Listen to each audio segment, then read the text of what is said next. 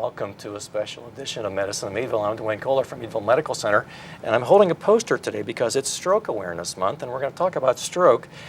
Returning is Shelley Wise, and Shelley, when we last talked, we were talking about the cath lab. Now, your role has changed a little bit since then. Tell me what it is now. I am the cardiovascular coordinator, so I am working with stroke, heart attacks, so still a little bit with the heart. Okay. And congestive heart failure also. Okay, now this poster says FAST, act fast, call 911. What's FAST? That is the acronym that the American Stroke Association has came up with to help people understand or remember what to look for if they suspect somebody's having a stroke. So the F is the face. You look for... The patient in this picture, the two sides of her face are uneven. Don't match. Right. And that's what we're talking about there? So Yep. if I had a stroke, my face is going to look different. And this is one of the symptoms that can happen. It might not, but it's one of the things. These are the more common ones that you'll see, I guess. The A is for the arms. You'll ask the person to put up their arms, and if one arm is unable to stay up or even be lifted up, that's a sign. Maybe out of the ordinary, just weakness in that arm? Or yes, something? It could be weakness, or it could be complete inability to pick it up at all. And I'm going to hold my two hands together and you make sure that they're even and they're able to hold them there. Hold one hand so together, if they're able to get it up originally, but then they get weak and it falls down, then that's a sign. So that's the A, F-A. And the S is speech, for slurred speech, or sometimes it might not even be slurred. It might be that they can't come up with the word that they want to say, or they might say a word, if they might be trying to say cup, but they say dog. So they're having trouble finding the right word. So and again, it's not always. This is a rapid change. It's a sudden onset. Right. I'm on our TV show, and I say the wrong word all the time, and it's like everybody's used to that. But if this has come on very quickly. Changes. Right. Okay. Yep. And T for time. T is for time, and that is to let everyone know how urgent it is to call 911 because brain cells die every minute that stroke is untreated. So the time is important. As soon as you recognize the symptoms, call 911. Well, Shelley, you brought somebody with you today here who can give us kind of an insider view about this. Steve, it's nice to meet you. Thanks for coming on to tell your story. You're Steve Peters. Can you tell your story a little bit and tell us what happened? I was at work. It was a normal day. Just gotten finished with my break. I was walking back to my workstation and I had a sensation. And I knew something wasn't right. Pretty much instantly, my left arm became numb, and I started becoming weak. I started leaning towards the left side. At that time, I knew something bad was happening, so I contacted my supervisor, who fortunately knew something bad was happening and immediately called 911 and brought me over here, the ambulance. Now, you've had some medical training yourself. Did I hear you say you were trained as an EMT? I've been trained as an EMT. So did that give you special insight, or?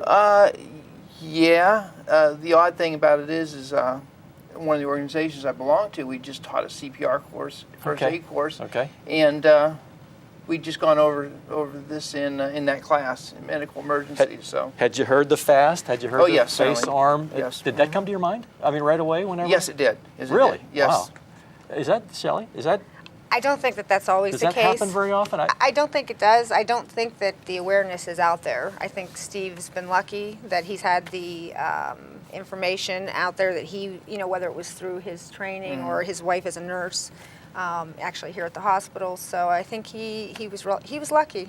He was lucky that he knew immediately and he got help immediately. Just a few months back, I enjoy watching my favorite sports teams on TV, and Chris Letang from the Pittsburgh Penguins, got to be one of the fittest guys in the world. Yeah, he had a stroke. And typically whenever the injury time before the game starts, and they're real secretive about, he had a lower body injury or whatever. Well, they're talking about the stroke. It's holy mackerel, Yeah. So if a guy like that can have this, we all need to be paying attention to this. I mean, yes, absolutely. Let me just throw that to you.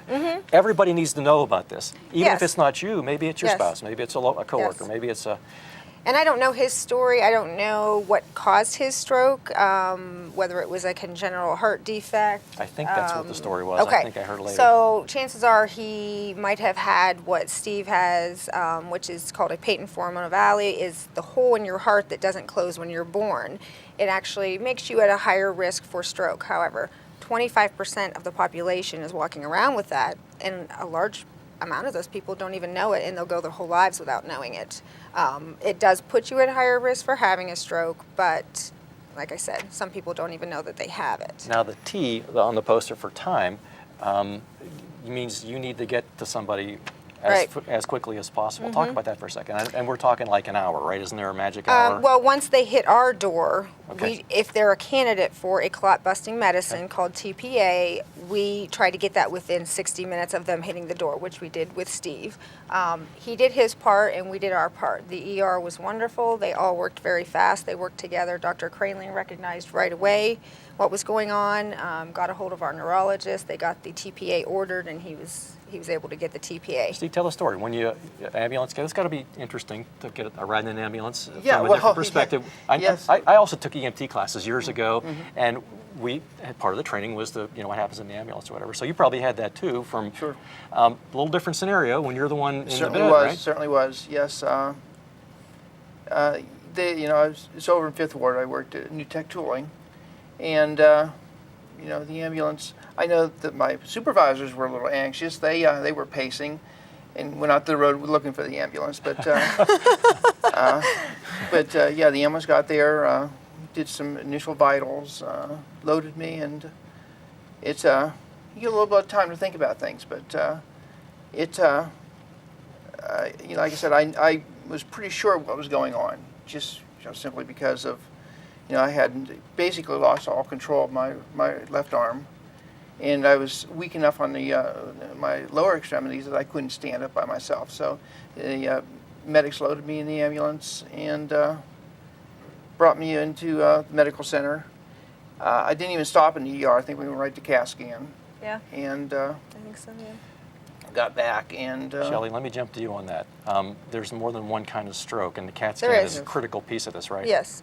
Some people might have what's called a hemorrhagic stroke, which is bleeding, and that's where instead of a clot plugging up the artery, it actually ruptures It's a leak and bleeds. and- Exactly, okay. yeah. In that case, they're obviously not a candidate for the clot-busting medicine. So if they were to get I'm thinking now it makes your blood thinner. Right. That's really bad. It If breaks they up got the clot, yeah. That in this case, in the case of the hemorrhagic stroke, that's a really Yes, bad thing. If that right. was So the CAT scan is #1 priority when they hit the door. They usually do what's go the right show? over. What's the CAT scan show? I mean, It's ruling out you that would they're see- having a bleed. You would see the bleed if there was a bleed. Correct. Okay. Yes. Okay. Yes, it would show bleeding. Yes.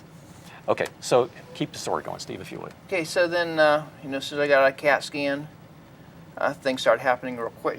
Things started happening real quick as soon as I hit the door. But after the CAT scan, ER doctor and I talked about a lot of exams, a lot of testing for reflexes and things along those lines.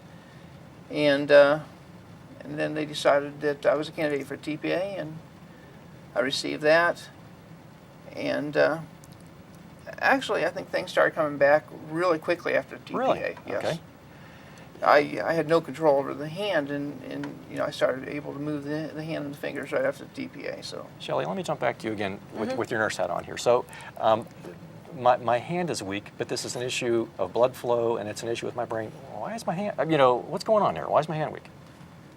Because that part of the brain So that it's controls interrupting the that. signals that get Yes, to make exactly. my hand work. Okay. Exactly. So So once that let me clot ask starts even a busting simpler up, question. So we have heart attack, and I've heard people before, we shouldn't call it a stroke, we should call it a brain attack. That's so right, this brain is attack. basically a heart attack that's happening Exactly. to a part of your brain. exactly, they say that time is muscle for heart attack, because every minute that goes by that you don't treat heart attack, you're losing heart muscle.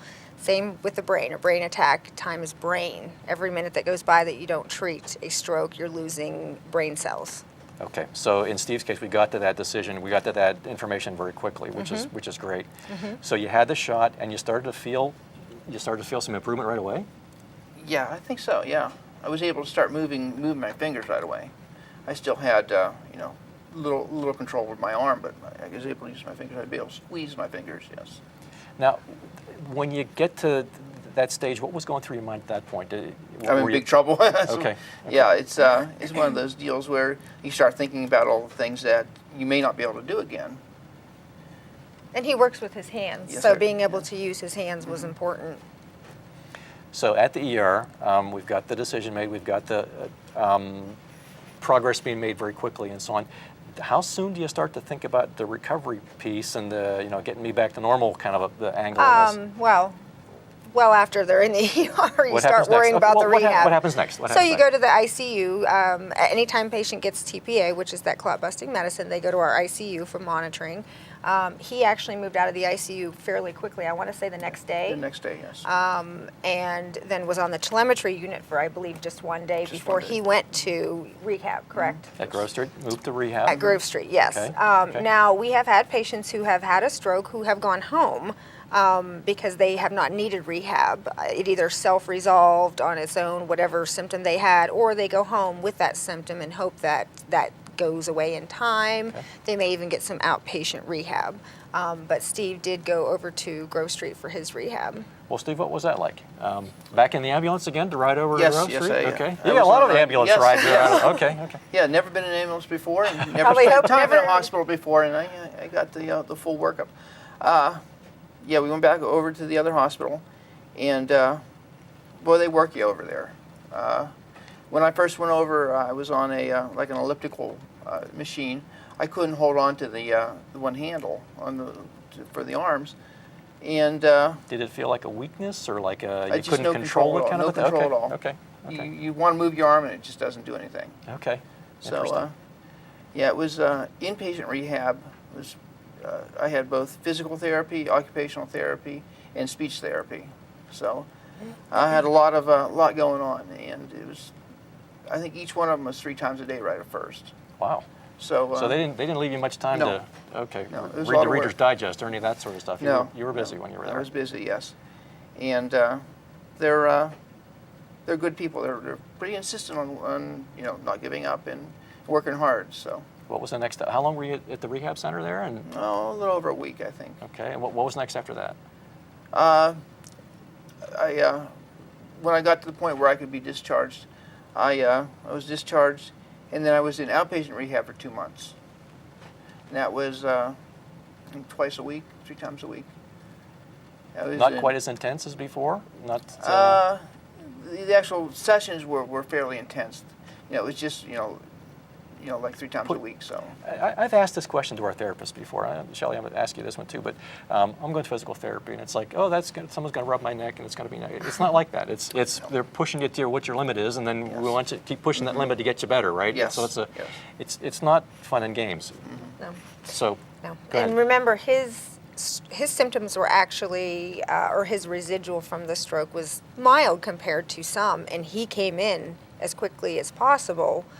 So if you can imagine someone who doesn't come in as quick, So back to they the might have poster. even more The T, intense the T. rehab. The T, that's right. a really yes, big. That's a really right, big deal. yes. Okay. So, some people may never recover. If they were paralyzed on the left side when they came in, they may never recover that if too much time had gone by. So that's why it is important, yes. Well, let's take a quick break. We have a health tip for you today in the show, and we appreciate those that help us put these health tips together. So hang on, we've got that coming for you right now.